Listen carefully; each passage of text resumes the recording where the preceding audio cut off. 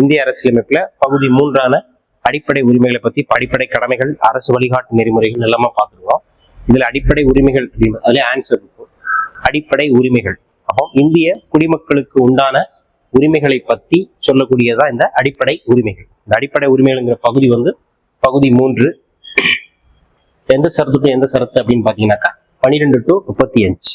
இதுல அடிப்படை உரிமைகளை மட்டும் பேசக்கூடிய பிரிவு அப்படின்னு பாத்தீங்கன்னாக்கா 14 இருந்து 32 வரைக்கும் பேசும். அப்போ 12, 13 இதனுடைய தன்மைகளை மட்டும் பேசும். சரி, நம்ம இதுல இருந்து மேலும் கூடுதல் விஷயங்களை இதுல இருந்து நம்ம பார்த்துக்கலாம். அடிப்படை உரிமைகள் அப்படின்னு நம்ம எங்க இருந்து கடன் வாங்கியிருக்கிறோம், அந்த கருத்தாக்கம் எங்க இருந்து பெறப்பட்டோம்? அமெரிக்க ஐக்கிய நாடுகளிலிருந்து பெறப்பட்டது, அல்லனா யுஎஸ்ஏன்னு கொடுப்போம், united state of America. America நாட்டில இருந்து அந்த கருத்தாக்கம் பெறப்பட்டது அடிப்படை உரிமைகள். அரசியலமைப்பின் தொடக்கத்துல எத்தனை அடிப்படை உரிமைகள் இருந்துச்சுன்னா 7. தற்போது எத்தனை செயல்பாட்டுல இருக்குனாக்கா 6. தொடக்கத்துல எத்தனை இருந்துச்சு 7, தற்போது எத்தனை இருக்கு 6. எத்தனை வகையான அடிப்படை உரிமைகள் இருக்குனாக்கோ அது 7 வகைகள் இருக்கு, தற்போது 6 இருக்கு. பகுதி 3 இந்தியாவின் மகா சாசனம் என்று அழைக்கப்படுகிறது. அது என்ன சார் இந்தியாவின் மகா சாசனம் அப்படின்னா மக்களின் உரிமைகளை பற்றி பேசக்கூடிய அனைத்து ஆவணங்களுமே மகா சாசனம் என்று அழைக்கப்படும். அடிப்படை உரிமைகள் கருத்தாக்கம் முதலாக எப்பொழுது பேசப்பட்டதுன்னா 1931 இந்திய தேச ஐஎன்சி மாநாட்டுல கராச்சியில் நடைபெற்ற சர்தார் வல்லபாய் படேல் தலைமையிலான அடிப்படை உரிமைகள் தொடர்பான தீர்மானம் நிறைவேற்றப்பட்டது. அப்போ அடிப்படை தொடர்பான தீர்மானங்கள் எங்கு நடந்த ஐஎன்சி மாநாட்டில் தீர்மானம் மேற்கொள்ளப்பட்டதுன்னா கராச்சி. இந்த கராச்சி தற்போது எங்க இருக்குனாக்கா தற்போதைய பாகிஸ்தான். எந்த ஆண்டு பாத்தீங்கன்னா 1931. இந்த உரிமைகள் மகாசாசனம் எப்படி சார் பிறந்துச்சு அப்படின்னா 1215 இங்கிலாந்துல மன்னர் 1 ஜான் என்பவரால் வெளியிடப்பட்ட உரிமைகள் பட்டயமே மகாசாசனம் என்று அழைக்கப்படும். அப்போ மக்களுக்காக மக்களின் உரிமைகளை பேசக்கூடிய அனைத்து ஆவணங்களுமே மகாசாசனம் என்று அழைக்கப்படும். அதனாலதான் இந்திய அரசியலமைப்பினுடைய குடிமக்களின் அடிப்படை உரிமைகளை பற்றி சொல்லக்கூடிய ஒரு முதல் எழுதப்பட்ட ஆவணம். அப்போ உலகத்திலே முதலாக குடிமக்களின் உரிமைக்காக எழுதப்பட்ட முதல் ஆவணம் எதுன்னா நம்ம இந்திய அரசியலமைப்பு. சரி, இந்திய அரசியலமைப்பு அடிப்படை இந்த மகாசாசன அடிப்படை உரிமையுமே இருக்கிற மாதிரி இது பட்டய மகாசாசனம் சொல்லுவோம். அடிப்படை உரிமைகளுக்காக உலகில் முதலாக எழுதப்பட்ட ஆவணம்னா இதுதான் 1215 1 ஜான் மெம்பர். இதுவும் டிஎன்பிசியோட ஓல்டு கொஸ்டின். அடுத்து அரசியலமைப்பு சட்டம் உருவாக்கிய பொழுது அடிப்படை உரிமை பகுதி மொத்தம் எத்தனை இருந்துச்சுன்னா 7. தற்போது எத்தனை இருக்கு 6. தொடக்கத்துல எப்படின்னா 7, அதாவது எளிமையா சொல்லணும்னா அம்பேத்கர் எழுதும்போது 7 நமக்கு தேவையில்லைங்க, அதை நீக்கிறீங்க. சொத்துரிமை இது 30க்கான சொத்துரிமை 1978 ஆண்டு 44வது சட்டத்தின்படி நீக்கப்பட்டது. சரிங்களா? இப்போ சொத்துரிமை நீக்கிய இந்திய பிரதமர் யார் அப்படின்னா மொராஜி தேசாய். எத்தனாவது சட்டத்திருத்தம்னா 44வது சட்டத்திருத்தம் 1978 நீக்கப்பட்டு முழுவதுமாக அரசியலமைப்பு நீக்கிட்டாங்கன்னா இல்ல. தற்போது எங்க இருக்குன்னா அது பகுதி 12 முன்னுரிமையில் சாதாரண சட்ட உரிமையாக உள்ளது. சரிங்களா? அப்போ 31 விதி தற்போது எங்க இருக்கு அப்படின்னு பாத்தீங்கன்னா முன்னுரிமையில் பகுதி 12 முன்னுரிமையில் உள்ளது. இதுவும் ரிப்பீட்டட் கொஸ்டின். வழக்கில் அப்புறமேட்டு பார்க்கலாம். சரி, அந்த எந்தெந்த உரிமைகள் இருக்குன்னு பார்த்தோம். அடிப்படை உரிமைகளை பற்றி சொல்லக்கூடிய பகுதி 3. அதுல எத்தனை வகையான உரிமைகள் இருக்கு அப்படின்னு பாத்தீங்கன்னா 7 நமக்கு சொல்லியிருந்தோம். ஒன்று சொத்துரிமை நீக்கப்பட்டது, ஆகையால 6. அது எந்த சரத்துக்கு எந்த சரத்து அப்படிங்கறத நம்ம ஒண்ணு பார்த்தோம். சரி, சமத்துவ உரிமை 14 to 18, சுதந்திர உரிமை 19 to 22, சுரண்டலுக்கு எதிரான உரிமை 23 to 24, சமய சுதந்திர உரிமை 25 to 28, கலாச்சார மற்றும் கல்வி உரிமை 29 to 30, சட்ட தேர்வு முறை 32. சரிங்களா?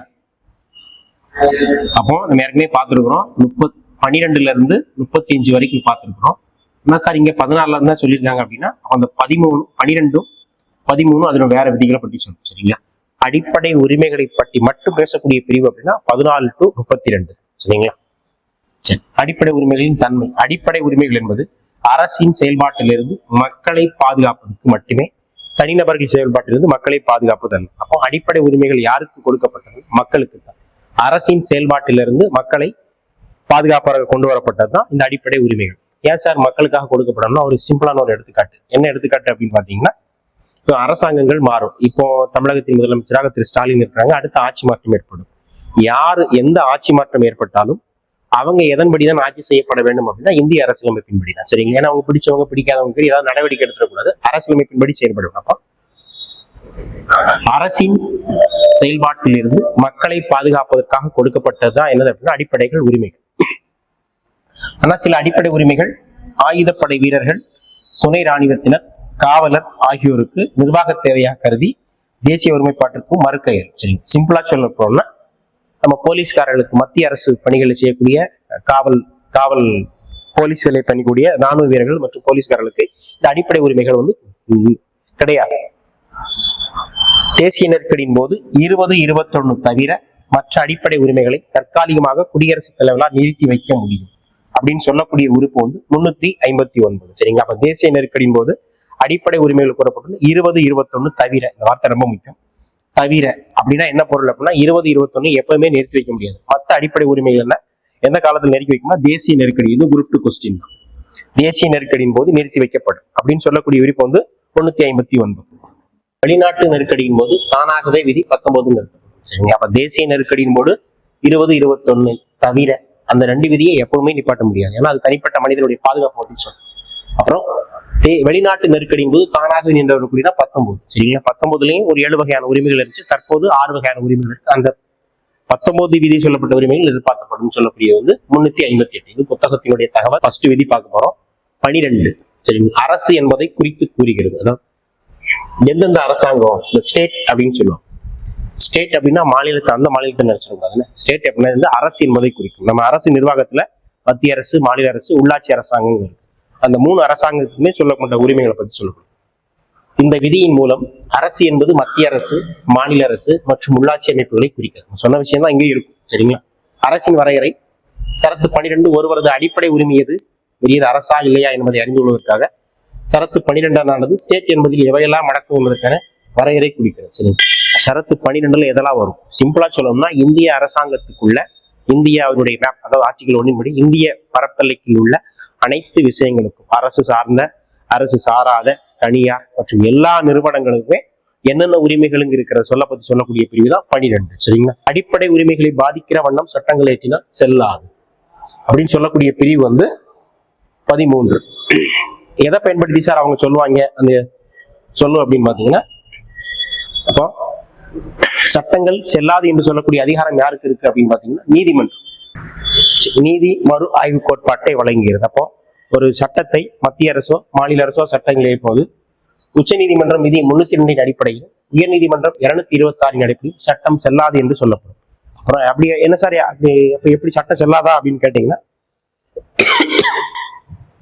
மத்திய அரசோ மாநில அரசோ அடிப்படை உரிமைகளை பாதிக்கிற வண்ணம் சட்டம் ஏற்றினால் செல்லாது. அப்ப நல்ல சட்டம்னா அது ஓகே தான். சரிங்க, யார் சொல்லுவா? உச்ச நீதிமன்றம், உயர் நீதிமன்றம் சொல்லும். உச்ச நீதிமன்றம் எந்த விதியை பயன்படுத்தி சொல்லும்? 32. உயர் நீதிமன்றம் 228 படி சொல்லும். அடிப்படை உரிமைகளை பாதிக்கிற வண்ணம் சட்டம் ஏற்றினால் செல்லாது.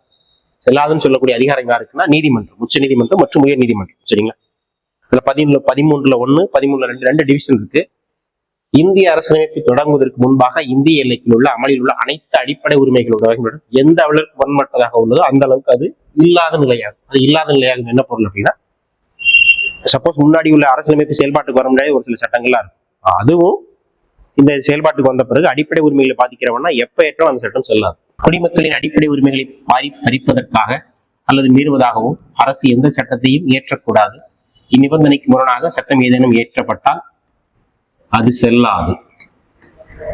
தவறா இருக்கு, அதை மட்டும் மாத்திக்கிறேன். செல்லாதுங்கிற வார்த்தை மட்டும் இருக்கணும். சரிங்களா, சரி, செல்லாது 13. அப்போ சிம்பிள் அதே வார்த்தை தான் ரெஃப்ளெக்ட் ஆகும். 12 அப்படின்னு பாத்தீங்கன்னா அரசு என்பதன் சொற்பொருள் விளக்கம். 13 என்பது அடிப்படை உரிமையை பாதிக்கிற வண்ணம் சட்டம் ஏற்றினால் செல்லாது. 2 கீவேர்டு தான். அடுத்து பாருங்க, சமத்துவ உரிமை. நம்ம எத்தனை 7 வகையான உரிமைகள் இருக்குன்னு பார்த்தோம். அதுல ஒரு உரிமை நீக்கிட்டாங்க. சரிங்களா, மிச்சம் போக 6 உரிமை இருக்கு. அந்த முதல் உரிமை என்னன்னா சமத்துவ உரிமை. சரிங்களா, அப்போ இந்திய அரசியலமைப்பின் உரிமைகள் தற்போது எத்தனை வகைப்படும்னாக்கா 6. இந்திய அரசியல் தொடக்கத்தில் 7. அந்த 6ல 1 ஃபர்ஸ்ட் எதுனா சமத்துவ உரிமை. சரிங்களா, சமத்துவ உரிமை 16 to 18 வரைக்கும் இருக்கும். சரிங்களா, 14 to 18 வரைக்கும் நம்ம பார்த்ததை இப்ப பார்ப்போம். விதி 14. சட்டத்தின் முன் அனைவரும் சமம். 4 பேரும் ஒண்ணுதானே சொல்லுவாங்களா? யாவையெல்லாம் எந்த பாகுபாடும் கிடையாது, எனக்கு 4 பேரும் ஒண்ணுதான் அப்படின்னு சொல்லுவாங்க. சட்டத்தின் முன் அனைவரும் சமம். எந்தெந்த சமத்துவங்கள்லாம் இருக்குன்னா சமத்துவத்தின் வகைகள் பாருங்க. சமூக சமத்துவம், குடிமை சமத்துவம், அரசியல் சமத்துவம்.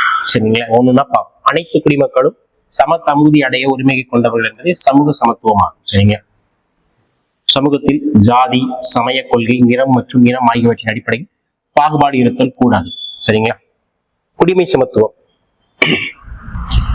குடியியல் உரிமைகள் குடிமை சமத்துவம் ஆகும். குடிமக்களிடையே உயர்ந்தோர் தாழ்ந்தோர் அந்த ஏற்றத்தாழ்வு இருக்கக்கூடாது, பணக்காரன் ஏழை சாதி சமயம் அந்த இதுல பாகுபாடு இருக்கக்கூடாதுன்னு சொல்லி. அரசியல் சமத்துவம்னா எல்லாத்துக்குமே ஒரு ஓட்டு தானே. அரசியல் சமத்துவம்னா நம்ம இந்திய குடிமக்களாக ஆகியவர் அவங்கவுங்க வயது தகுதியின் அடிப்படையில எல்லாருமே நம்ம வாக்களிக்க உரிமை, தேர்தல் நிற்கக்கூடிய உரிமை, அப்புறம் அரசியல்ல பங்கேற்கக்கூடிய உரிமை இருக்கும். சரிங்களா? இந்திய உள்ளிட்ட அனைத்து மக்களாட்சி நாடுகளிலும் அவற்றின் குடிமக்களுக்கு அரசியல் உரிமைகளை உறுதியளிக்கின்றன. அவை பின்வருமாறு: வாக்களிக்கும் உரிமை, அது ஒண்ணு. எல்லாருக்குமே ஒரே ஓட்டு தான். சரிங்க? பணக்காரருக்கு 2 ஓட்டு, ஏழைக்கு ஒரு ஓட்டு, அப்படிலாம் எதுவும் கிடையாது. பொது அலுவலகத்தில் பங்கு பெறும் உரிமை. குவாலிஃபைடான படிச்சு அரசாங்க வேலைக்கு போனா அதுவும் சரிதான். அரசை விமர்சனமையும் உரிமை. சரிங்களா? ஆமா, ஏதாவது ஒரு நல்ல ஸ்கீம் வந்தா நம்ம அது ஓகேன்னு சொல்லிக்கிறோம். அது போக ஏதாவது நம்ம அரசை விமர்சனம் பண்றோம்னா இப்ப நிறைய எதிர்கட்சி தலைவரோட நிறைய விமர்சனம் பண்ணுவாங்க. சரிங்க? யாராவது அரசை விமர்சனம் செய்யலாம். அப்புறம் இந்திய அரசியலமைப்பில் அரசை விமர்சனம் செய்ய உரிமை கிடையாதுன்னா அது தப்பு. விமர்சனம் செய்வாங்க. அனைவருக்குமே வாக்கு உண்டு. அதுக்காண்டி பிறந்த குழந்தைகள் வாக்கு உண்டா இல்ல? 18 வயது பூர்த்தி அனைவருக்கும் வாக்களிக்கும் உரிமை உண்டு. சரிங்களா? இந்தியாவிற்கு இது டிமிஷன் வேர்ல்டு கொஸ்டின். முதலாக எப்பொழுது பெண்களுக்கு வாக்குரிமை அளிக்கப்பட்டதுன்னு 1952. சரிங்களா? சுதந்திர இந்தியாவில் முதல்ல பாத்தீங்கன்னா 1921 கொடுப்போம். அது ஒரு கண்டிஷன் சப்ளைன் படி தான் பெண்களுக்கு வாக்குரிமை கொடுப்பாங்க. பொது தேர்தலில் முதல் பொது தேர்தல் 1952 நடைபெற்றதும் அப்பவே கொடுத்திருப்போம். சரிங்களா? ஆனா சுவிட்சர்லாந்து போன்ற நாடுகளில் எப்பதான் வாக்குரிமை அளிக்கப்பட்டதுன்னா 1971.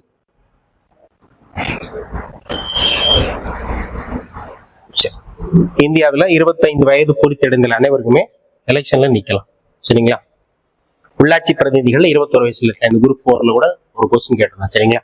யாராருக்கு எந்த தகுதி? இந்தியாவில் 25 பூர்த்தி அனைவரும் தேர்தலில் போட்டியிடலாம், அரசை விமர்சிக்கலாம் என்ற உரிமை ஒரு முக்கியமான உரிமை என்பதோடு மக்கள் தங்களது மாறுபட்ட கருத்துக்களை பல்வேறு வகையிலும் தெரிவிக்கலாம். சரி, அப்பல சொன்னதான் பிரதமர்னாலும் ஒரு ஓட்டு தான், நம்மளுக்கு ஒரு ஓட்டு தான். அப்புறம் பாலின சமத்துவம். சரிங்களா? ஆண்கள் தான் வேலைக்கு போகணும், பெண்கள் வேலைக்கு போக கூடாது அப்படிலாம் கிடையாது. சரி, ஆண் பெண் இருவருக்கும் சம வேலைக்கு சம ஊதியம் தான். சரிங்களா? எல்லாத்துலயுமே சம வாய்ப்பு கொடுக்கப்படுகிறது. அதுபோக நம்ம தமிழக அரசுல பெண்களுக்கு சிறப்பு சலுகை இடஒதுக்கீடு, வேலை வாய்ப்புலையும் இடஒதுக்கீடு இருக்கு. சரிங்களா? பாலின பாகுபாடு கிடையாது.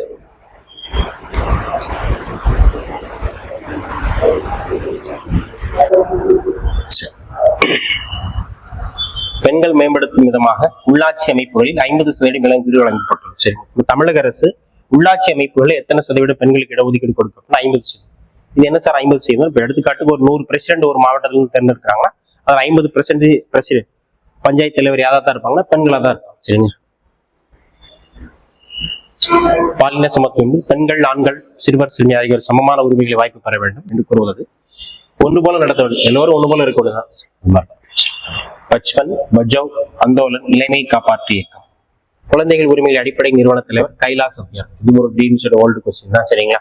குழந்தைகளை கிட்டத்தட்ட 80,000க்கும் அதிகமான இந்திய குழந்தைகளை கொத்தடிமையிலிருந்து பாராட்டியிருப்பார். சரிங்களா? 1998 உலக மக்களின் கவனத்தை இருக்குமாக 80,000 கிலோமீட்டர் நீளத்திற்கு உலகளாவிய அணிவகுப்பு பயிற்சி இவங்க நடத்தியிருப்பாங்க. சரிங்களா? 2017 ஆண்டில் நிலையான மேம்பாட்டிற்கான 17 குறிக்கோள்களின் பாலின சமத்துவம் என்பது 5வது குறிப்பிட்டிருக்கோம். சரிங்களா? இங்க நம்ம ஐநா சபையில அந்த விஷயத்தை பத்தி சொல்லியிருக்கோம். சரிங்களா? சட்டத்தின் முன் அனைவரும் சமம் கருத்தாக்கம் எங்க இருந்து பெறப்பட்டதுன்னா இங்கிலாந்து. சட்டமும் அனைவருக்கும் சமம் என்ற கருத்தாக்கம் பெறப்பட்ட நாடு அமெரிக்கா. சரிங்களா? சட்டத்தின் முன் அனைவரும் சமம் என்ற கருத்தாக்கம் பெறப்பட்ட நாடு இங்கிலாந்து. சட்டமும் அனைவருக்கும் சமம்னா அனைவருக்கும் அப்படின்னா அமெரிக்கா. சரிங்களா? இந்த ரெண்டுமே உணவுல இருக்கிற மாதிரி இருக்கும். அனைவருக்கும் அப்படின்னா அதுல இங்க இருக்கும். அனைவருக்கும்னா அமெரிக்கா. சட்டத்தின் முன் அனைவர் முன் அப்படின்னா இங்கிலாந்து. நம்மள முன்னாடி ஆட்சி செஞ்சவங்க யார் தான்? இங்கிலாந்துக்காரங்க. சரிங்களா? சட்டத்தின் ஆட்சி என்ற பதத்தை உருவாக்கியவர் யார் அப்படின்னா ஏபி டைசி, ஆல்பர்ட் பன் டைசி. எந்த நாட்டை சேர்ந்தவர்னா இங்கிலாந்து நாட்டை சேர்ந்தவர். இது டிஎன்பிசியோட வேர்ல்டு நியூஸ் ஏகப்பட்ட வாட்டி கேட்கும். சட்டத்தின் ஆட்சி என்ற பதம் சொல் டைரக்டா வரும். சரிங்களா? விதி 14 அரசியலமைப்பின் ஒரு அடிப்படை அம்சமாகும். இதனை சட்ட திருத்தத்தால் கூட அடிக்க இயலும். ரொம்ப முக்கியமான கொஸ்டின்.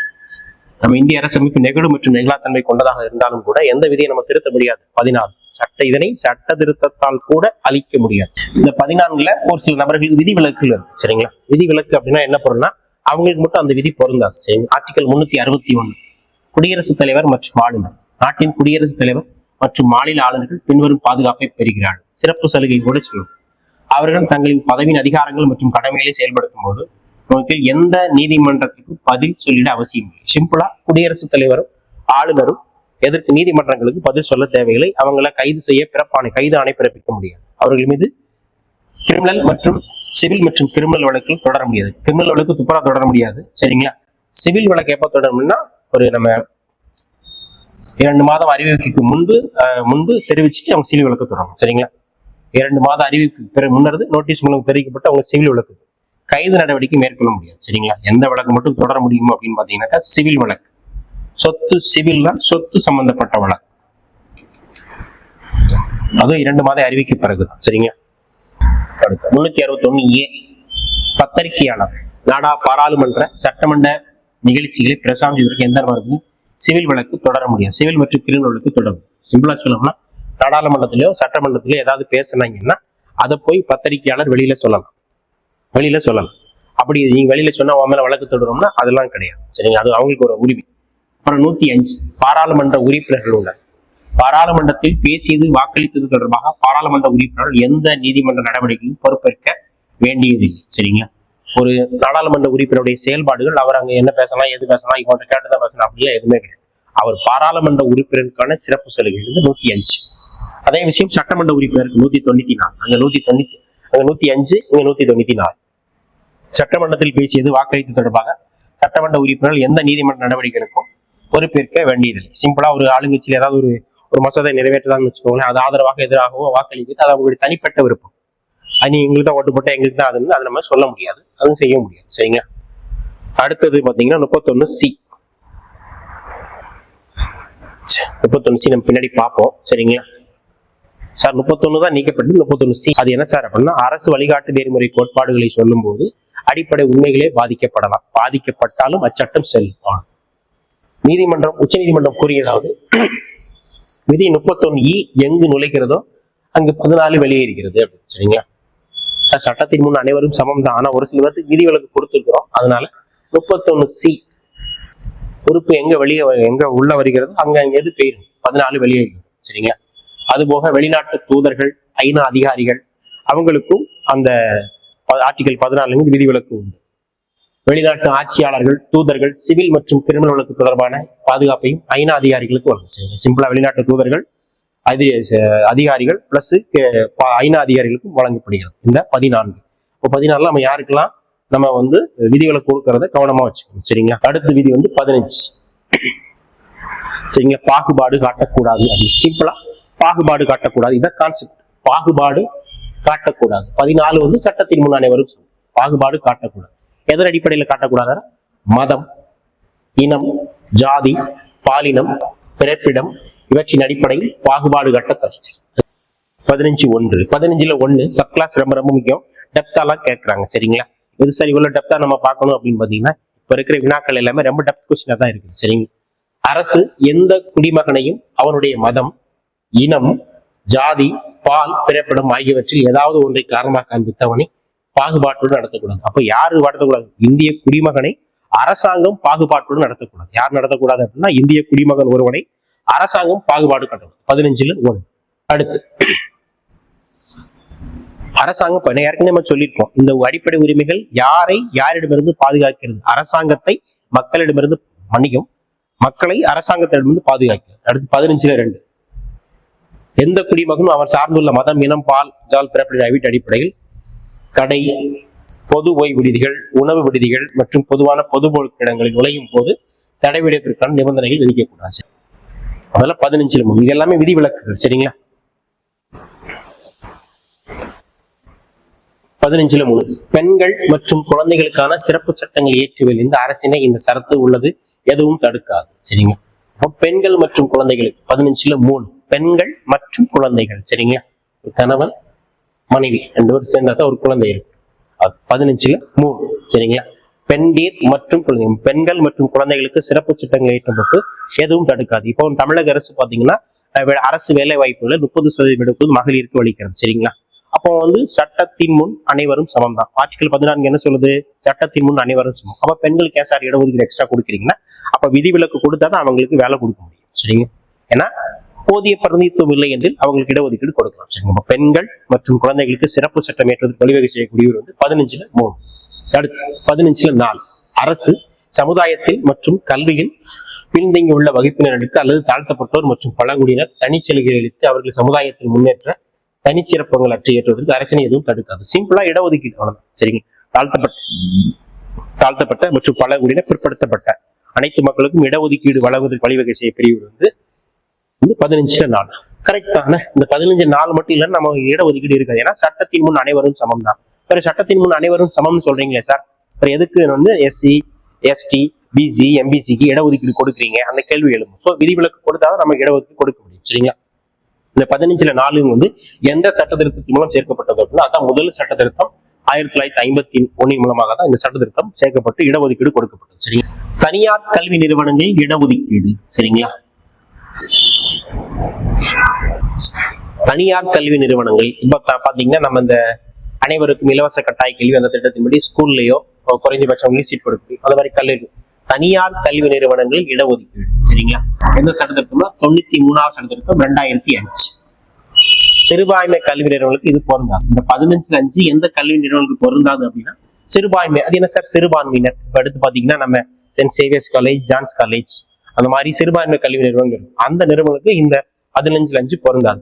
அனைத்து கல்வி நிறுவனங்களுக்கும் பொருந்தோம்னா அந்த ஸ்டேட்மெண்ட் தப்பு. சரிங்களா? தனியார் கல்வி நிறுவனம் இடஒதுக்கீடு பற்றி சொல்லக்கூடிய பிரிவு வந்து 15 இப்ப 15 இப்ப ரீசெண்டா வந்தது. சரிங்களா? 103வது சட்ட திருத்தம் 2019 திரு மோடி ஐயா அவர்கள் வந்த பிறகு கொண்டு வரப்பட்டது. சரிங்களா? பொருளாதாரத்தில் பின்தங்கியவர்களுக்கு இடஒதுக்கீடு கல்வி நிறுவனங்கள் இந்த 15 என்ன அப்படின்னு பாத்தீங்கன்னா படிப்பதற்கு இடஒதுக்கீடு. சிம்பிளா படிச்சுக்கலாம். படிப்பதற்கு 16 என்பது வேலை வாய்ப்புக்கு வரும். சரிங்களா? பொருளாதாரத்தில் பின்தங்கியவர்களுக்கு இடஒதுக்கீடு. இப்ப ஓசின்னு சொல்லுவாங்க, ஓபன் கோட்டா அப்படின்னு சொல்லுவாங்க. அவங்களுக்கு பொருளாதாரத்தில் பின்தங்கியவர்களுக்கு இடஒதுக்கீடு பற்றி சொல்லக்கூடியது வந்து 103வது சட்டத்திட்டம் 2019 இடஒதுக்கீடு கொடுத்துருங்க. இந்த 103வது பத்தி கூடுதல் விஷயங்கள் நம்ம பார்க்கணும். சரிங்களா? பார்ப்போம். அதுல நம்ம என்னென்ன விஷயங்களை சொல்லியிருக்காங்க அப்படின்னு பார்ப்போம். 103வது அரசியலமைப்பு திருத்த சட்டம் சவால்கள், அம்சங்கள் மற்றும் தாக்கங்கள். பிற்படுத்தப்பட்ட வகுப்பினர், பட்டியலிடப்பட்ட ஜாதிகள், பழங்குடியின ஜாதி தவிர.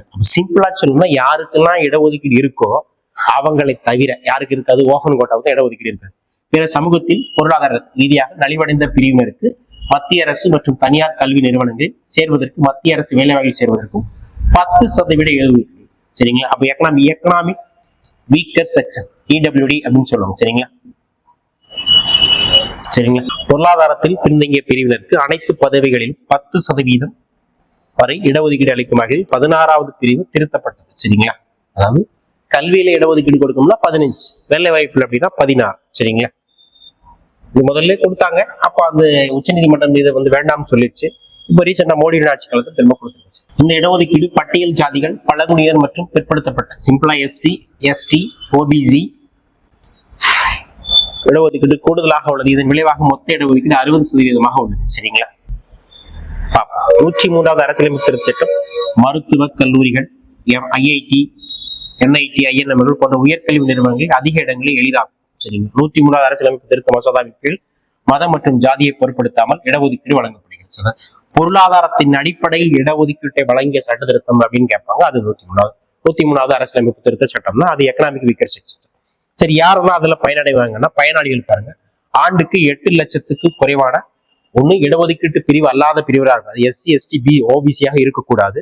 ஆண்டுக்கு 8 லட்சத்துக்கும் குறைவான வருமானம் உள்ளவர்களாக அல்லது 5 ஏக்கருக்கும் குறைவான விவசாய நிலம் வைத்திருப்பவர்கள், தற்போது உள்ள எந்த இடஒதுக்கீட்டிலும் பயனடையாதவர்கள். சரிங்களா? நம்ம ஏற்கனவே சொன்னோம் இல்லையா, எந்த ஏற்கனவே SC BC எந்த ஒரு இடஒதுக்கீட்டிலும் அவங்க பயனடைஞ்சிருக்க கூடாது. சரிங்களா? 1000 சதுரடிக்கு மேல வீடு இருக்கக்கூடாது, 1000 கஜம் மனைகளும் வச்சிருக்க கூடாது. நம்ம கண்டிஷன்ஸ் எல்லாம் ரொம்ப முக்கியமானதா. சரிங்களா?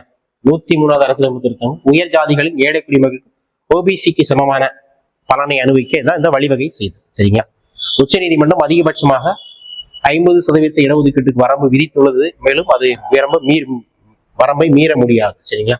அதனால ஆனா மீறிடுச்சு, இந்த திருத்தம் கொண்டு வந்து மீறிடுச்சு. இருந்தாலும் அது செல்லும்னு சொல்லிட்டாங்க.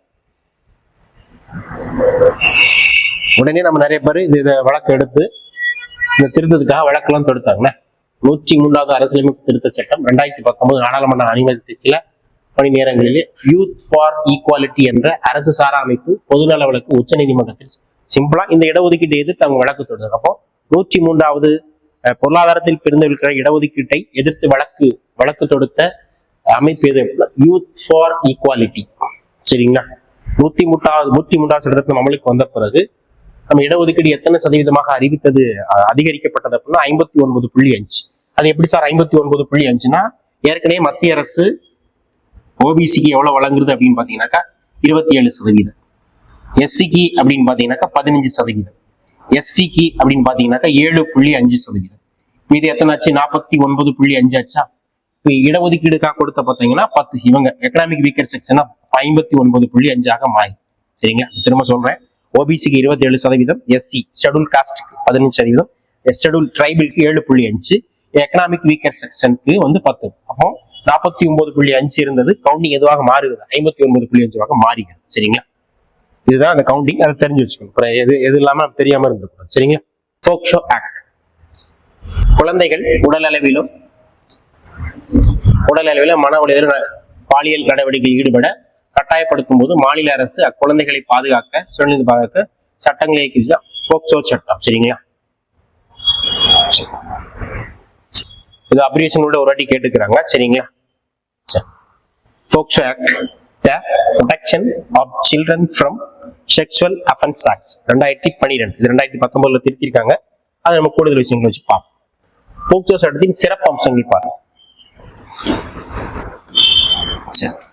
இச்சட்டம் 18 வயது வரை உள்ளவர்களை குழந்தைகள் என வரையறுக்கிறது. அக்குழந்தைகள் உடல், மனம், அறிவுசார் மற்றும் சமூக வளர்ச்சியை உறுதி செய்யும். 18 வயசுக்குள்ள உள்ளவங்க எல்லாருமே குழந்தைகள் தான். சரிங்களா?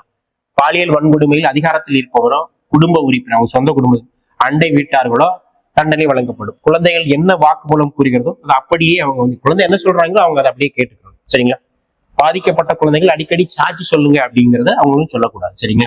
12 வயதுக்கு உட்பட்ட பெண் குழந்தைகள் பாலியல் வன்கொடுமை செய்யப்படும் போது வன்கொடுமை செய்தவருக்கு மரண தண்டனை வழங்குவதோடு கடுமையான தண்டனைகள் விதிக்க வகையும் செய்யும் சட்டம் 2018 ஏப்ரல் மாதம் கொண்டு வரப்பட்டது. சரிங்களா? இப்போ 2012 பாத்தீங்க அப்படின்னா போக்சோ ஆக்ட் கொண்டு வந்தாலுமே அதுல ஏதாவது தண்டனை பண்றாங்க. அதாவது குறிப்பாக அந்த 18 வயதுக்கு வரைக்கும் குழந்தைகளாக மதிக்கப்பட்டாலும் இந்த 12 வயசுக்குள்ள குழந்தைகளை பாலியல் துன்புறுத்தல் செஞ்சாங்கன்னா அவங்களுக்கு அந்த விஷயத்தை மேற்கொள்வதற்கு எந்த தண்டனை வழங்கப்பட்டது? மரண தண்டனை. சரிங்களா?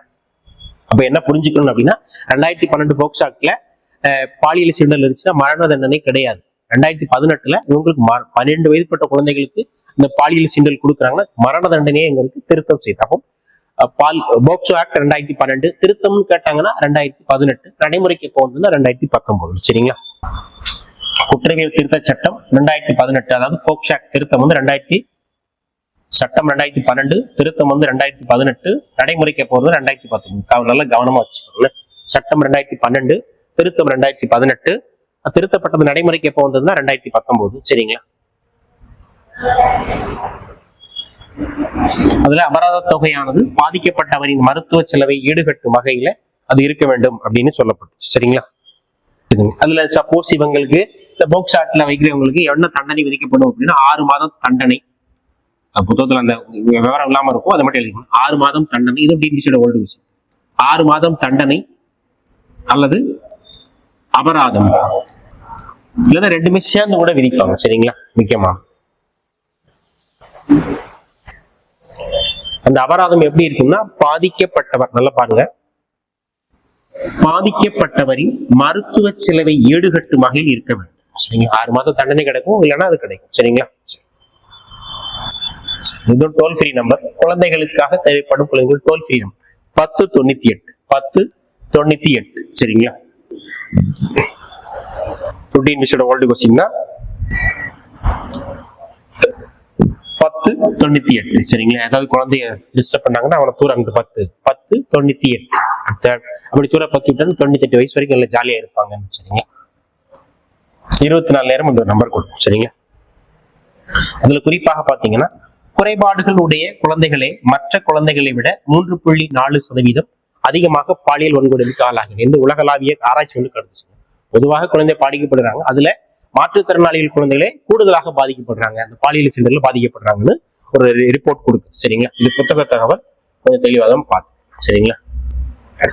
இதான் நம்ம 15ல பார்த்துக்கிட்டோம். சரிங்களா? 15ல 1, 15ல 2, 13ல 3, 15ல 4, 15ல 5, 15 6 விவரமா படிச்சுக்கணும். சரிங்க?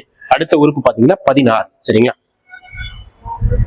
15 பாகுபாடு காட்டக்கூடாது. இங்க வந்து பொது வேலை வாய்ப்பில் சம வாய்ப்பு, வேலை வாய்ப்புல பாகுபாடு காட்டக்கூடாது. சரிங்களா? அங்க பொதுவான படிக்கிறதுல பாகுபாடு காட்டக்கூடாது, நீங்க வேலை வாய்ப்புல பாகுபாடு காட்டணும்.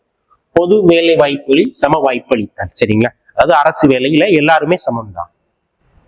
16 பெற்று பெறுவாள்னு சொல்லுவாங்க. வேலைக்கு போனாதான் நம்ம எல்லா வள்ளங்களும் கிடைக்கும். 16. சரிங்க. 16லயும் அந்த ஒரு குறிப்பிட்டவத்துக்கு வெளி விதிகளை கொடுத்துக்கிறாங்க. 16ல 1 வேலை வாய்ப்பு மற்றும் பணி நியமங்களில் பாகுபாடு காட்டக்கூடாது. சரிங்களா. தெரிஞ்சவங்க தெரியாதவங்க சொந்தக்காரங்க ஏழை பணக்காரர் அந்த மாதிரி எல்லாம் பாகுபாடு காட்டக்கூடாது. சரிங்க.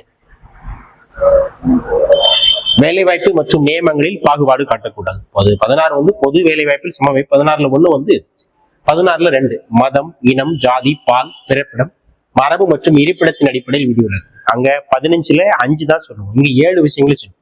மதம், எந்த மதம், இந்து, முஸ்லிம் அதன் அடிப்படையில். இனம் ஆஸ்ட்ரோனியம், தீபத் இனம், அந்த ஆரிய வகை இனம் அதெல்லாம் சொல்லக்கூடாது. ஜாதி அது தெரியும், XY அப்படிங்கறத நம்ம பாகுபாடு காட்டக்கூடாதுன்னு சொல்லுவோம். பால் சரிங்க, ஆண் பெண். பிறப்பிடம் ஊர் அடிப்படையில சொல்லுவாங்க. மரபு மற்றும் இருப்பிடத்தின் அடிப்படையில். மரபு ஒரு சில மரபுகளை ஃபாலோ பண்ணுவாங்க. சரிங்களா. இப்போ இந்து கோயில போய் ஒரு கிறிஸ்டினை நம்ம வேலை பார்க்க செய்யும். இந்து சமயத்துல இருக்கு, அங்க போய் அந்த பணிகளை அவங்களுக்கு ஒரு நெருடலா இருக்கும். அந்த மாதிரி மரபு ஒரு சில மரபுகளும் இருக்கும். மற்றும் இருப்பிடத்தின் அடிப்படையில் விதிவிலக்கு. இருப்பிடத்தின் அடிப்படையில் விதிவிலக்கு கொடுக்கும். சரிங்க. அப்ப 16 16ல் 3 பாருங்க. பாராளுமன்றம் வேலை வாய்ப்பினை பெறுவதற்கு. சரிங்க, கவனமா இருக்கணும். பாராளுமன்றம் சட்டமன்றம் கிடையாது. பாராளுமன்றம்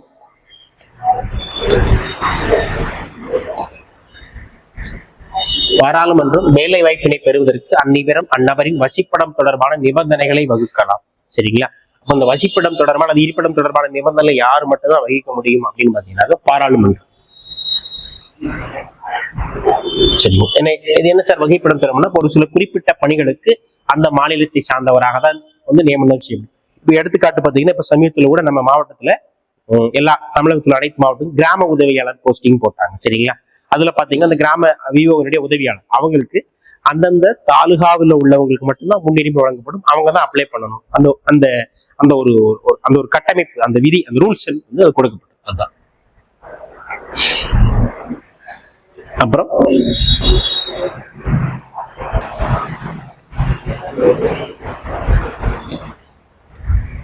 16ல 4 சரிங்க. அரசு பணியில் பிற்படுத்தப்பட்ட, தாழ்த்தப்பட்ட மற்றும் பழங்குடியின வகுப்புகளின் பிரதியுத்தம் குறைவாக உள்ள போது என அரசு நினைத்தால் அவர்களுக்கு இடஒதுக்கீட்டை வழங்கலாம். சரிங்களா.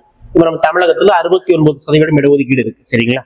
அதுல என்னன்னா அப்படின்னு பாத்தீங்கன்னா அவங்களுக்குன்னு இல்ல, தாழ்த்தப்பட்ட யாருக்குனாலும் போதிய பிரதிநிதித்துவம் இல்லை என்று அரசாங்கம், மத்திய அரசோ மாநில அரசாங்கம் நினைச்சாங்கன்னா அவங்களுக்கு இடஒதுக்கீடு கொடுக்கலாம். சரிங்களா. சிம்பிளா நம்ம இடஒதுக்கீடு பற்றி சொல்லக்கூடிய பிரிவு 16ல 4.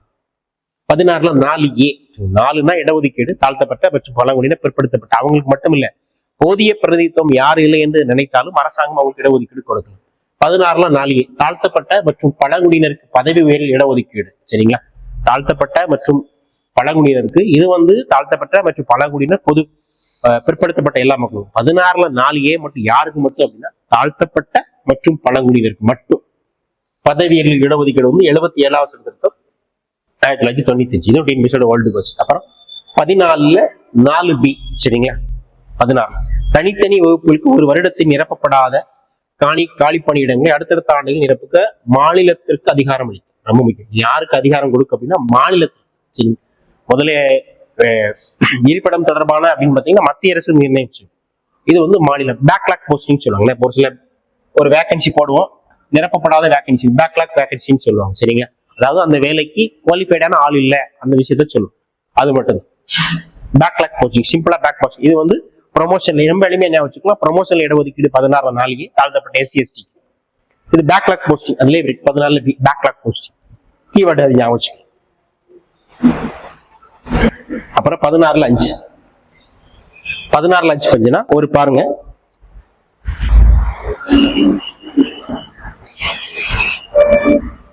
ஒரு அரசு துறை நிறுவனமானது மதம் சார்ந்த நிர்வாகம் தொடர்பு எனில் அதில் பணிபுரிவர் தொடர்புடைய மதத்தை சார்ந்தவராக இருக்க வேண்டும் என்ற சட்டம் இயற்றலாம். மரபின் அடிப்படை. அப்ப ஏற்கனவே பார்த்தோமா மரபின் அடிப்படை. சரி, ரொம்ப எளிமையா சொல்லணும் அப்படின்னா அப்ப இந்து சமய அறநிலைத்துறை இருக்கு. அந்த இந்து சமய அறநிலையத்துல போய் ஒரு முகமதோ டேவிட்டோ போய் வேலை பார்க்க முடியுமா? முடியாது. பாருங்க, ஒரு அரசு துறை நிறுவனமானது மதம் சார்ந்த நிர்வாகம் தொடர்புடையது எனில் அதில் பணிபுரிவர் தொடர்புடைய மதத்தை சார்ந்தவராக இருக்க வேண்டும் என்று சட்டம் இயற்றலாம். அப்ப இதை சட்டத்தின் மண்மனாயிரம் சமூகத்தில் பாதிக்காது. ஸோ இப்போ இந்து கோவில், இந்து சமய அறநிலைத்துறை கோயில வேலை பார்க்கணும், அது ஹிந்துவா இருக்கணும். அதே மாதிரி இப்போ ஒரு கிறிஸ்டின் வக்கு வாரியம் அந்த மாதிரி இருக்கு, அதுல இஸ்லாமியர்கள் இருக்கணும். கிறிஸ்தவம் சார்ந்த விஷயங்களை ஒரு பைபிள் ஏதாவது சொல்றாங்க அப்படின்னு மன்னிக்கும், கிறிஸ்தவம் சார்ந்த நிறுவன சட்டம் சிறுபான்மை நிறுவனங்கள் அதுல கிறிஸ்தவர்களாக இருக்கும். பொருளாதாரத்தில் நலிவடைந்த பிரிவினருக்கான 10% வேலைங்க அரசு அனுமதிக்கிறது அப்படின்னு இருக்கும். சரிங்களா? 16 தான். 16ல 6. சரிங்களா? 16ல 6 அப்படின்னு பாத்தீங்கன்னா அங்க 15ல 6 பார்த்தோமா, அதே தான் ரிப்பீட்டடா வரும். சரிங்களா?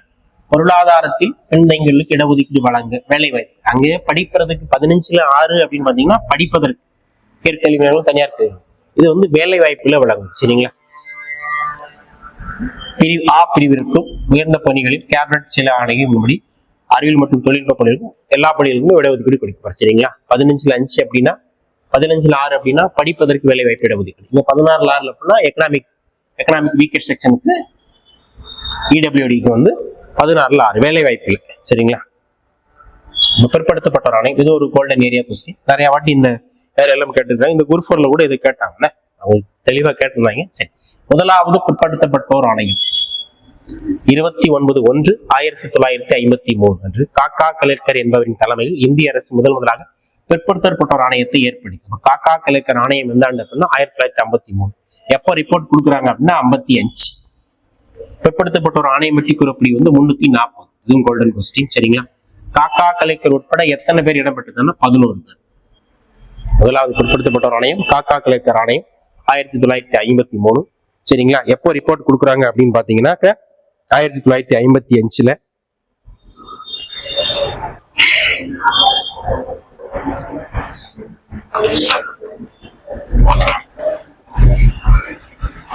கொடுக்குறாங்க. பிற்படுத்தப்பட்ட ஒரு ஆணையம் பற்றி சொல்லக்கூடிய பிரிவு வந்து 340. சரிங்களா? இதுல இரண்டாவது பிற்படுத்தப்பட்ட ஒரு ஆணையம். சரிங்களா? 78ன்னு இருக்கும், மாத்திக்கோங்க. சரிங்களா? 79 20/12/1979 இரண்டாவது பிற்படுத்தப்பட்ட ஒரு ஆணையம். இது வரைக்குமே சுதந்திர வரலாற்று 75 ஆண்டு வரலாற்று 2 பிற்படுத்தப்பட்ட ஒரு ஆணையம் தான் இருக்கு. முதல் காக்கா கலேர்கர் ஆணையம், அப்புறம் வந்து இரண்டாவது பிற்படுத்தப்பட்ட ஒரு ஆணையம் மண்டல் கமிஷன் ஆணையம் சொல்லுவாங்க. பிரதமர் மொரார்ஜி தலைமையிலான அரசாங்கம் பிந்தேஸ்வரி பிரசாத் மண்டல், முழு பேரு பிந்தேஸ்வரி பிரசாத் மண்டல், அது மண்டல் கமிஷன் சொல்லுவாங்க. மண்டல் கமிஷன் எந்த ஆண்டு அப்படின்னா 1979. ஆர்டிகல் 340 என்ன சொல்லுது அப்படின்னா சமுதாய மற்றும் கல்வியில் பின்தங்கிய வகுப்பினை நிலையை மேம்படுத்தும். அம்பேத்கர் சொல்லியிருப்பார் ஆர்டிகல் 340 சொல்வார். சமுதாயம் மற்றும் கல்வியில் பின்தங்கிய வகுப்பினருக்கு நிலையை மேம்படுத்த வேண்டும் அப்படின்னு இடஒதுக்கீடு பற்றி சொல்லக்கூடிய பிரிவு பிற்படுத்தப்பட்ட ஒரு ஆணையம் பற்றி சொல்லக்கூடிய பிரிவு வந்து 340. சரிங்களா? இந்த குழுவின் இரண்டாவது பிற்படுத்தப்பட்ட ஆணையத்தில் செயலாளராக இருந்த எஸ்-கில், ஒரு கில்லி மாதிரி வேலையை பார்த்துருப்பாரு. எஸ்-கில் தேசம் முழுவதும் இந்த குரூப் 4 கொஸ்டின் இருந்துச்சுன்னா எத்தனை அடிப்படை காரணங்களாக வைத்து இது சொல்லப்பட்டது அந்த 11. இதுதான் குரூப் 4 கொஸ்டின் கீவேர்டே இதுதான். சரிங்க? தேசம் முழுவதும் இந்த குழு பயணித்தது 11 அடிப்படை காரணங்களுக்காக. எத்தனை காரணம்னா 11. 3743 ஜாதி பிரிவுகளை பிற்படுத்தப்பட்ட ஒரு இனமாக அடையாளம் கண்டது. சிம்பிளா சொல்லணும்னா இந்தியா முழுவதும் பயணித்து எந்தெந்த ஜாதியெல்லாம் பிசி, நம்ம தமிழகத்துல பிசின்னு சொல்லுவோம், காமனாக சொல்லும் போது ஓபிசி அப்படின்னு சொல்லுவோம். சரிங்களா? இப்ப எத்தனை அடிப்படை காரணங்களா புரிஞ்சுன்னா 11. 2-3 முறை கேட்டுக்கலாம். இந்த 2025 குரூப் 4 இந்த கொஸ்டின் இருந்துச்சு. சரிங்களா? 11ங்கிறது கீவேர்டு இருந்துச்சு. மண்டல் தனது அறிக்கையின் முகப்புரையில் வகுப்பாரி பிரதிநிதித்துவத்துக்கு மெட்ராஸ் முன்னோடியாக இருந்தது. சரிங்களா? சிம்பிளா என்ன சார் வகுப்பாரி இடஒதுக்கீட்டுக்கு முன்னோடியாக இருந்தது அப்படின்னா நம்ம சென்னை மாகாணம் தான். சரிங்களா? பிற்படுத்தப்பட்டவருக்கு பிரதிநிதித்துவம் வழங்கியது. நம்ம நீதி கட்சின்னு சொல்லுவோம் இல்லையா? நீதி கட்சி தான் இடஒதுக்கீடு கொடுத்திருக்கும். அதுக்கு முன்னாடி சென்னை வாசிகள் சங்கம், சென்னை மகாஜன சபை அவர்களுடைய கோரிக்கை கேட்டு நீதி கட்சி முதலாக அதை கண்டது. இதன் மூலம் தமிழ்நாடு சமூக நீதியின் பிறப்பிடமாகவும் முகவரியாகவும் இருப்பதை அறியலாம். சரிங்க? இந்த பிற்படுத்தப்பட்ட ஒரு கமிட்டியில என்ன சொல்லியிருப்பாங்க அப்படின்னு பாத்தீங்கன்னா, இந்த இடஒதுக்கீடு வந்து புதுசு இல்லைங்க. ஏற்கனவே நம்ம இந்திய திருநாட்டுக்குள்ள இருக்கக்கூடிய ஒரு மாநிலமான தமிழகம், அதாவது அப்போதைய சென்னை மாகாணத்துல இடஒதுக்கீடு இருக்கு அப்படிங்கறத சொல்லியிருப்பாங்க. சரிங்களா? மக்கள் தொகையில் 52% உள்ள பிற்படுத்தப்பட்ட வகுப்பினருக்கு மத்திய அரசு பணிகள் 27% வழங்கிட இவ்வாணையம் பரிந்துரைத்தது. சரிங்களா? 80 79. சரி, 79 மட்டும் மாத்திக்கிறோம். அப்போ மக்கள் தொகையில் எத்தனை சதவீதம் இருக்கு மக்களுக்கு? 52% இருக்கு மக்களுக்கு. எத்தனை சதவீதம் இடஒதுக்கீடு வழங்க வேண்டும்? சரிங்களா? 27% சொன்னாங்க. ஆனா என்ன பொறுத்தவரை 52% இருந்தாங்கன்னா அவங்க கண்டிப்பா 52% கொடுக்கணும். சரி, 1980ஆம் ஆண்டு சரிங்களா மண்டல் ஆணையம் அறிக்கை உள்துறை அமைச்சகத்திடம் ஜெயில் சிங்கிடம் சமர்ப்பித்தது. சரிங்களா? அப்போ இந்த மண்டல் கமிஷன் ரிப்போர்ட்டை யார்கிட்ட சப்மிட் பண்ணது அப்படின்னு பார்த்தீங்கன்னா ஜெயில் சிங், அப்போதே உள்துறை அமைச்சராக இருந்தார். இப்படியே கேட்போம். இதோ வேர்ல்டு கொஸ்டின். சரிங்களா? மண்டல் கமிஷன் யாரிடம் தனது அறிக்கைகளை சமர்ப்பித்தது? 1980 கேட்போம். ஜெயில் சிங், அப்போதைய உள்துறை அமைச்சராக இருந்த ஜெயில் சிங்கிடம். அப்போதைய பிபி மண்டல் இந்த அறிக்கையை தயார் செய்து நாங்கள் கடுமையான உழைப்பை கொடுத்திருக்கிறோம், மிக சரியாக கூறினோம்னா உன்னதமான சடங்கு செய்திடும் என்று சொல்லியிருப்பாங்க. ஆனா அந்த அரசாங்கம் வந்து கால் புண்ணிச்சல கிட்டத்தட்ட ஒரு 10 ஆண்டுகள் பெண்டிங்ல போட்டுருக்கோம். சரிங்களா? 80 கொடுத்தது பாருங்க, 10 ஆண்டுகள் அப்படியே அங்க கடந்திருக்கும். அந்த ஆகஸ்ட் 13, 1991 விபி சிங் தலைமையிலான அரசாங்கம் இதர பிற்படுத்தப்பட்டோருக்கு 27% இடஒதுக்கீடு அளித்தது. சரிங்களா? கிட்டத்தட்ட 1980 நம்ம அவங்க கொடுத்தாலுமே 80 கொடுத்திருந்தாலுமே 10 வருஷம் கிடப்புல போட்டு எப்பதான் கொடுக்குறாங்க அப்படின்னா விபி சிங் தான் கொடுக்குறாரு. எப்ப கொடுக்குறாரு? 1990 தான் கொடுக்குறாரு. ஆகஸ்ட் 13, 1990 தான் விபி சிங் தலைமையிலான அரசாங்கம் இதர பிற்படுத்தப்பட்டோருக்கு 27% இடஒதுக்கீடு அளித்தது. சார் அப்போ கிட்டத்தட்ட அப்போ வரைக்கும் இடஒதுக்கீடு இல்லைன்னா இல்லை. அப்ப யாருக்கு மட்டும் தான் இருந்துச்சு? எஸ்சி எஸ்டிக்கு மட்டும்தான் இடஒதுக்கீடு இருந்துச்சு. அரசியலமைப்பு தொடக்கத்தில் எஸ்சி எஸ்டிக்கு மட்டும் தான் இருந்துச்சு. ஓபிசிக்கு இடஒதுக்கீடு, பிசிக்கு நம்ம இடஒதுக்கீடு கிடையாது.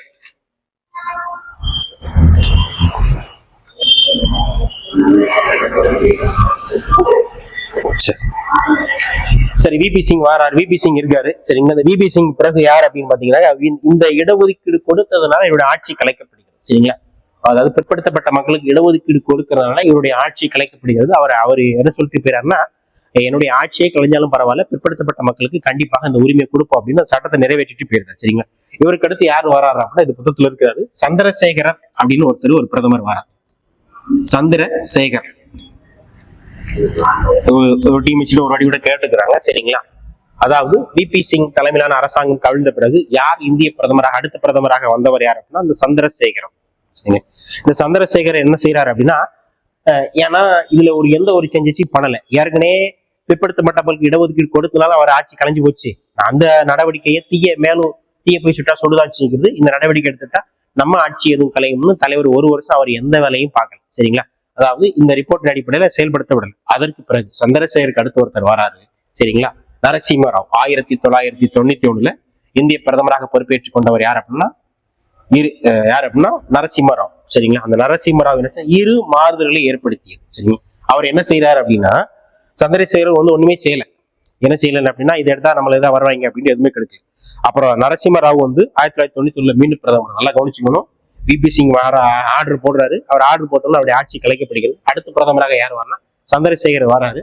அதற்கு பிறகு யார் வராரோ 91 யார் பொறுப்பு இருக்காங்க அப்படின்னா நரசிம்மராவ் வராரு. சரிங்களா? இந்த நரசிம்மராவ் வந்த உடனே அவர் என்ன செய்யறாருன்னா, சரி அவங்களுக்கு மட்டும் இடஒதுக்கீடு கொடுத்தாதான், அதாவது பிற்படுத்த பிசிக்கு மட்டும் இடஒதுக்கீடு கொடுத்தா தான் நம்ம சண்டைக்கு வருவாங்க, மற்ற ஆளுகள்லாம் சண்டைக்கு வருவாங்க. அப்போ யார் சண்டைக்கு வந்தா அந்த காலகட்டத்தில் யார் வந்தாங்கன்னா பிராமணர்கள், அதாவது ஓபிசி அல்லாத பிராமணர்கள் தான் அந்த இடஒதுக்கீடு இருக்காங்க. அவங்களுக்கு இடஒதுக்கீடு கொடுத்தா இது நம்ம பேலன்ஸ் ஆகிக்கிறோம் அப்படிங்கிற அதிகாரத்துல ஓபிசிக்கும் இடஒதுக்கீடு உண்டு, ஓபிசி அல்லாதவர்களுக்கு இப்ப இருக்குல்ல எக்கனாமிக் வீக்கர் செக்ஷன் பொருளாதாரத்துக்கு அவங்களும் இடஒதுக்கீடு அப்பவே பேசப்பட்டுச்சு.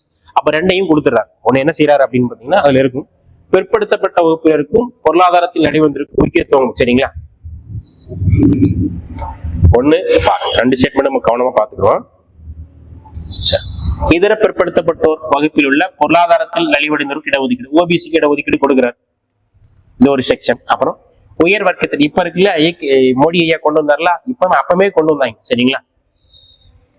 ஓபிசி எல்லாம் இடஒதுக்கீடு அல்லாத பிரிவினர் என்ன எக்கனாமிக் வீக்கர் செக்ஷனுக்கும், அதாவது இடஒதுக்கீட்டு நம்ம ஓசி பிரிவில் வரக்கூடிய இடஒதுக்கீட்டு அல்லாத பிரிவினருக்கும் பொருளாதாரத்தில் பிராமணர்களுக்கும் இடஒதுக்கீடு கொடுக்கிறார் 10%. ஏன்னா உச்ச நீதிமன்றம் வறுமையற்ற பிரிவினருக்கும் இடஒதுக்கீடு செல்லாது. அப்ப 2 விஷயத்தை அவர் கொடுக்குறாரு. ஓபிசிக்கு கொடுத்ததை ஓகேன்னு சொல்லிடுச்சு, ஓபிசி அல்லாத பிரிவுகளுக்கு இடஒதுக்கீடு கொடுத்தது செல்லாது என உச்ச நீதிமன்றம் தீர்ப்பு கொடுத்தது. சரிங்களா? இதனை எதிர்த்து விபி சிங் ஆணை இந்திரா சகானி என்பவர் உச்ச நீதிமன்றத்தில் 1901 மனு தொடுத்தார். அப்ப நல்லா தெரிஞ்சுக்கணும், மண்டல் கமிஷனை எதிர்த்து வழக்கு தொடுத்தவர் யார் அப்படின்னா இந்திரா சகானி.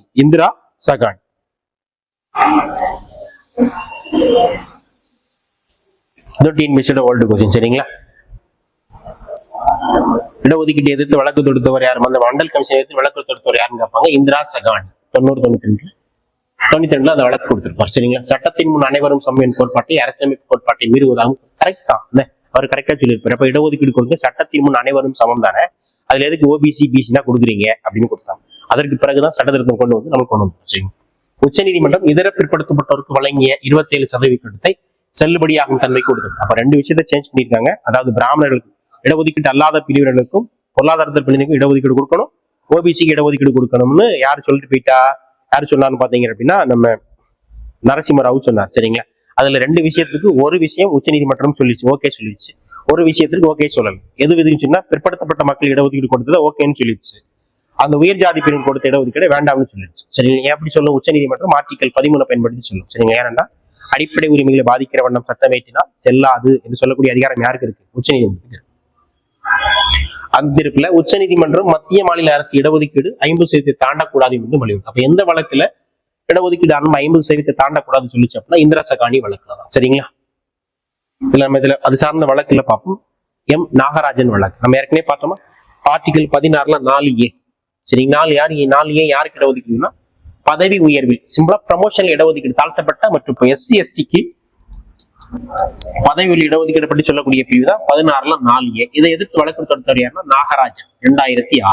சரிங்களா?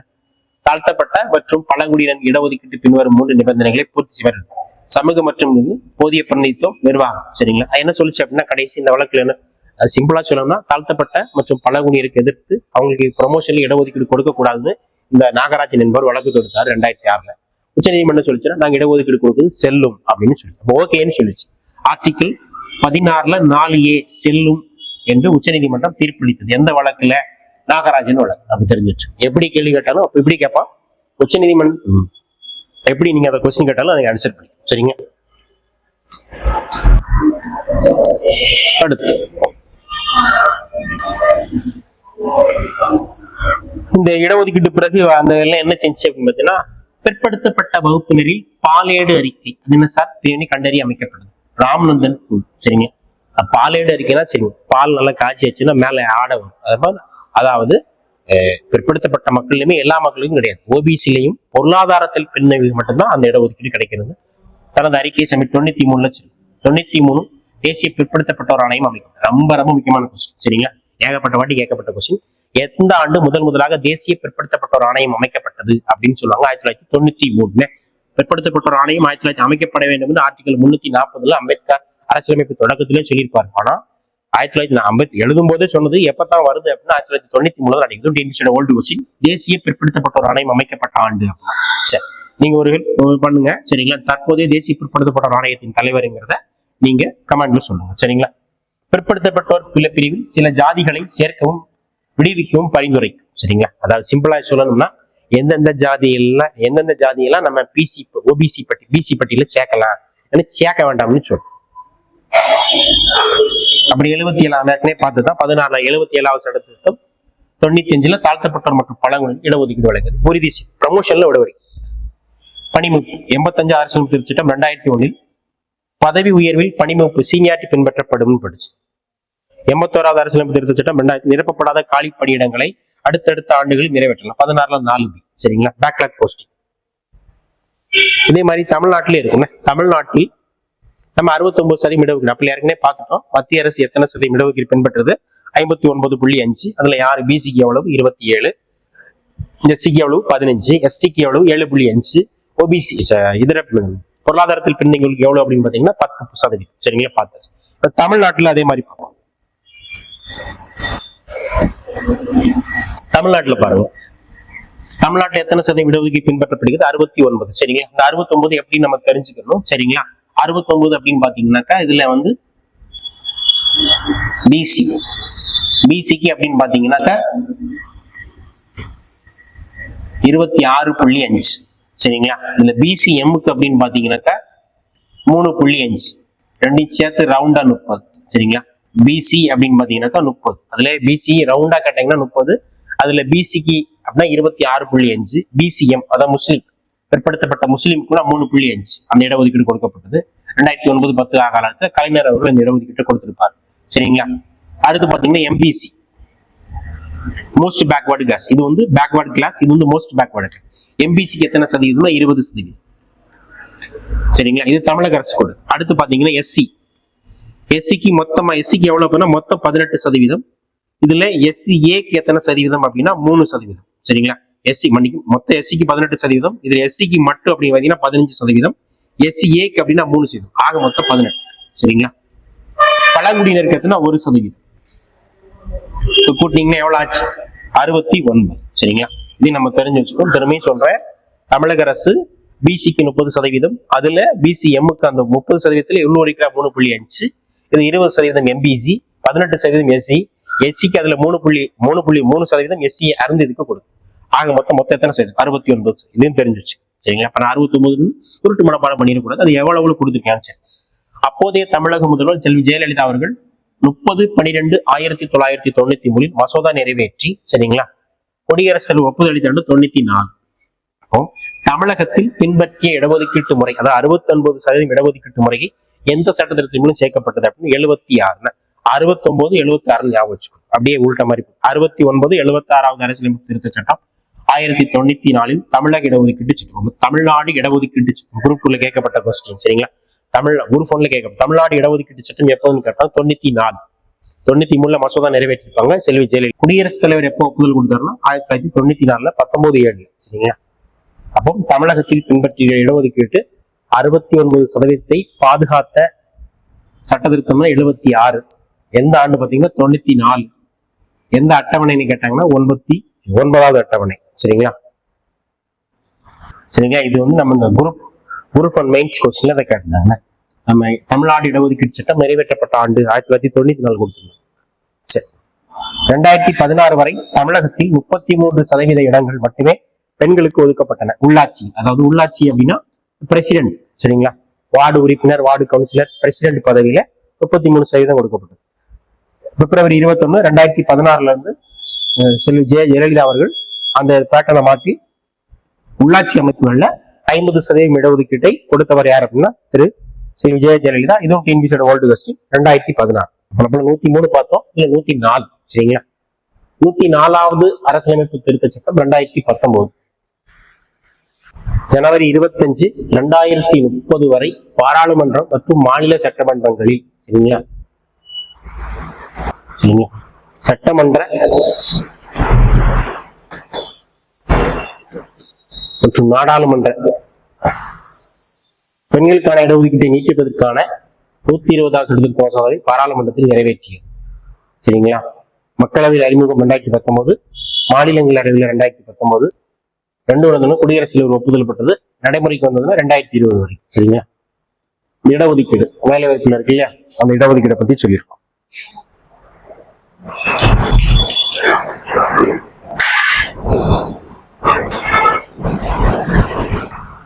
மக்களவையிலும் மாநிலங்களிலும் நம்ம இந்த நாடாளுமன்ற உறுப்பினர், சட்டமன்ற உறுப்பினர்களுக்கான தனித்தொகுதி, அந்த தனித்தொகுதியில பற்றி இதுல நம்ம பேசியிருப்பாங்க. சரிங்களா? அதன்படி தமிழக சட்டமன்றத்தில் எஸ்சிக்கு இடஒதுக்கீடு செய்யப்பட்ட இடங்கள் 44. சரிங்களா? எஸ்டிக்கு ஒதுக்கப்பட்ட இடஒதுக்கீடு 2. பொதுவாக நம்ம தமிழகத்துல 234 சட்டமன்ற தொகுதி இருக்கு. கவனிச்சுக்கோங்க, மொத்தம் 234. சரிங்களா? இதுல பொது தொகுதி, இதுல 46 கழிச்சிட்டோம் அப்படின்னு பாத்தீங்கன்னாக்கா எவ்வளவு வரும்?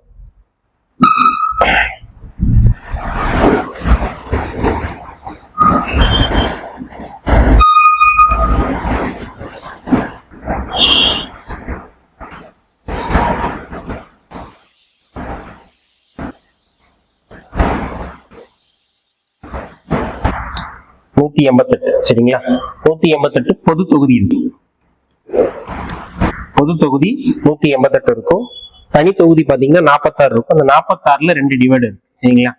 46ல 44 எஸ்சிக்கும் வெறுமனே 2 எஸ்டிக்கும் இருக்கும். சரிங்களா? நான் இருக்கிற சங்கரன்கோவில் சட்டமன்ற தொகுதி எல்லாம் பாத்தீங்கன்னா இடஒதுக்கீட்டு தொகுதியில எஸ்சி வரும். சரிங்களா? 2 பழங்குடியினர் இருக்கு. சரி, 2 பழங்குடியினர் இருக்கு. அது எதெல்லாம் பாத்தீங்க அப்படின்னு பாத்தீங்கன்னா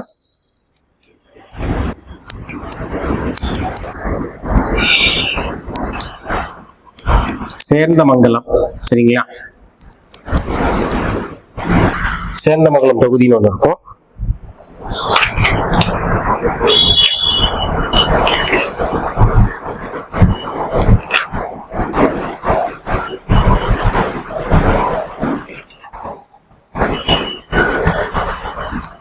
அப்புறம்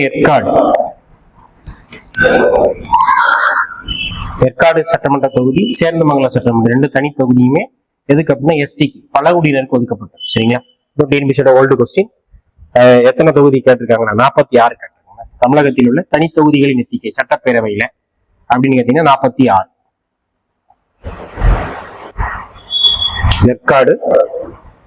ஏற்காடுனா சேலம் மாவட்டத்தில் ஏற்காடு, நாமக்கல் மாவட்டத்தில் சேர்ந்தமங்கலம். 126வது மசோதா அதுக்கு ஓகே சொல்லிச்சு. நான் ஆங்கிலோ இந்தியர்கள் நியமன முறையை என்ன செஞ்சு அப்படின்னா நீட்டிச்சு. ஆங்கிலோ இந்தியர் நியமனத்தை ரத்து செய்தனா அதை நீட்டிக்கல, மீண்டும் நீட்டிக்கல, அதை அப்படியே விட்டுட்டாங்க. சரிங்களா? ரத்தெல்லாம் சில இன்னைக்கு வரைக்கும் இருக்கு, அதை நீட்டிக்கல. சரிங்களா? அதாவது நாடாளுமன்றத்துல ஆங்கிலோ இந்தியர் உறுப்பினர் 2 பேர். சரிங்களா? குடியரசுத் தலைவர் நியமனம் பண்ணுவாரு. சரிங்களா? குடியரசுத் தலைவர் நியமனம் பண்ணுவாரு. இங்க பாத்தீங்கன்னா ஆளுநர் நியமனம் பண்ணுவாரு, ஒரே ஒரு ஆள். அது அனைத்து மாநில சட்டமன்றத்துல ஒரே ஒரு ஆங்கில இந்தியரை நியமனம் பண்ணுவார். அது வந்து நம்ம ஆங்கில இந்திய நியமனம் நடைமுறை யாருடைய ஆட்சி காலத்துல இருந்தது அப்படின்னு பாத்தீங்கன்னா நம்ம நேருடைய ஆட்சி காலத்துல இருந்து, நேருவின் ஆட்சி காலத்துல கொண்டு வந்திருப்பாரு. நம்ம பிரிட்டிஷ் அரசாங்கம் வந்துச்சு இல்லையா, அது ஆங்கிலோ இந்தியர் அப்படின்னு பாத்தீங்கன்னாக்கா அம்மா வந்து நம்ம இந்தியாவில் சேர்ந்தவர் இருப்பாங்க, அப்பா வந்து ஐரோப்பியர்களில் ஒருவர். சரிங்களா? ஐரோப்பியர்கள் இருப்பாங்க இல்லையா, அவங்கள ஒருவராக இருக்கும். நேரு கொண்டு வந்தாரு. இந்த இடஒதுக்கீடு வந்து ஆண்டனி என்கிற ஒரு நபர் வந்து எங்களுக்கு ஆங்கிலோ இந்திய பிரதிநிதிகள் வேணும் அப்படின்னு கோரிக்கை விடுத்திருப்பாங்க. சரிங்களா? அப்ப முதலாக ஆங்கிலோ இந்திய நியமன உறுப்பினரை நடைமுறையை கொண்டு வந்த பிரதமர் யாருன்னு கேட்பாங்க, நேரு. அதை நீக்கிய பிரதமர் யாருன்னு கேட்பாங்க, மோடி. சரிங்களா? நீக்கல, அதை நீட்டிக்கல, அவ்வளவு.